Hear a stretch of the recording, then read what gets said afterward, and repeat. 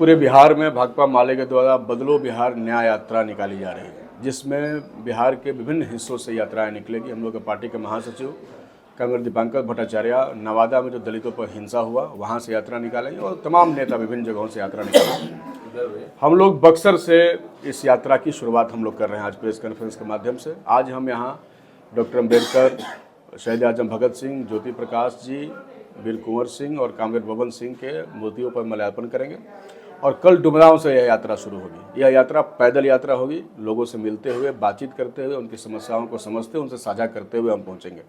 बक्सर के लिए सबसे जरूरी आप जानते हैं कि मलई बराज परियोजना है, जो बक्सर के 2/3 हिस्से को सिंचित करती है। इस परियोजना की संकल्पना 1987 में की गई थी। 2012 में माननीय मुख्यमंत्री नीतीश कुमार के द्वारा उसका शिलान्यास हुआ। 16 में काम शुरू हुआ। 20 तक बन के तैयार हो जाना था, लेकिन 24 आ गया, अभी तक नहीं बना। मैं जब से एमएलए हूं तब से कई बार मैंने असेंबली में क्वेश्चन किया। बार बार प्रश्नों के जवाब में ये बताया जाता रहा है कि 6 महीना में शुरू होगा, लेकिन हो नहीं रहा। एक दिन मैंने जब उसका दौरा किया तो मैंने पाया कि सरकार इस पूरी परियोजना को ही बर्बाद करने पर लगी हुई है। जहां सरकार को जमीन अधिग्रहण करके वहां पर पानी को जमा करना था, सरकार उसको बंद करके और उसने उसमें पंप लगाने का व्यवस्था कर दिया। आप जानते हैं कि बक्सर में पहले भी एक पंप परियोजना लगा है जो कि गंगा नदी में, जिसमें सालों भर पानी रहता है, वही संभव सक्सेसफुल नहीं है। तो फिर काव नदी ऐसी नदी में जिसमें बरसात में ही पानी ज़्यादा मात्रा में आता है, वहाँ पे पंप परियोजना कैसे शुरू होगी? हम ये यात्रा यहाँ से निकालते हुए 21 तारीख को पैदल मलई बराज पहुँचेंगे और 10 बजे सभा करेंगे। आपके माध्यम से भी हम लोगों से आग्रह करेंगे कि आप सब लोग जो चाहते हैं कि मलई बराज अपनी पूर्व संरचना के साथ शुरू हो, वो जरूर वहाँ पर पहुँचे। दूसरा हमारा जरूरी मांग, आप जानते हैं कि बिहार की सरकार ने गरीबों के साथ वादा किया था कि उनको 2 लाख रुपया दिया जाएगा जब जातिगत आर्थिक सर्वे हुआ, लेकिन सरकार उसको देने में फेल है। सीओ के द्वारा जो है 60,000 का आय प्रमाण पत्र 70,000 का नहीं बनाया जा रहा है। इसके लिए हमने आंदोलन भी किया है। ये बहुत बड़ा मुद्दा है। स्मार्ट मीटर, आप जानते हैं ये खून चूसने वाला मीटर है। हम लोगों ने जितने लोगों से बात किया, सभी लोगों ने एक स्वर में कहा कि जितना जल्दी हो इस स्मार्ट मीटर को निकाल लिया जाए, और लोग तो विरोध भी कर रहे हैं। आप जानते हैं कि पहले सरकारी कार्यालयों में ही स्मार्ट मीटर नहीं लगा है।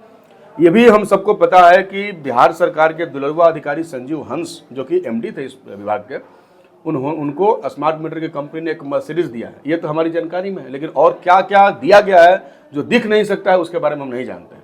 हम ये कह सकते हैं कि जरूर ये जो भी लेन देन हुआ है सिर्फ अधिकारी तक तो नहीं ही रहा होगा, मुख्यमंत्री के कार्यालय तक या उस विभागीय मंत्री के ऑफिस तक भी उसकी आग जरूर पहुंची होगी, जिसके वजह से लगातार दबाव बनाया जा रहा है कि स्मार्ट प्रीपेड मीटर लगाया जाए। हमने स्पष्ट तौर पर मांग किया सरकार से कि जो लोग लगाना चाहते हैं उन्हीं को लगाया जाए और लोगों से इच्छा पूछ करके ये मीटर लगाया जाए, बल्कि इसको जबरदस्ती इसके साथ नहीं किया जाए।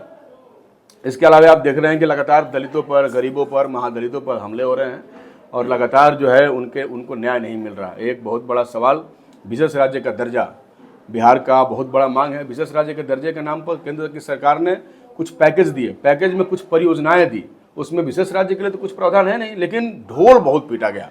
तो ये विशेष राज्य के नाम पर बिहार की जनता के साथ एक बहुत बड़ा धोखा है।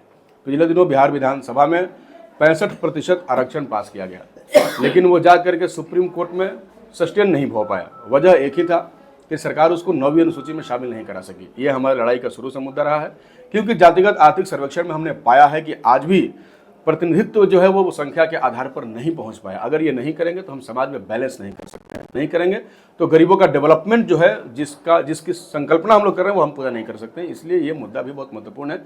इन तमाम मुद्दों के साथ, गरीबों के राशन, उनके आवास, उनकी ज़मीन, उनकी ज़िंदगी से जुड़े हुए सवालों के साथ हम पैदल यात्रा लगभग 100 किलोमीटर से ज़्यादा की कर रहे हैं।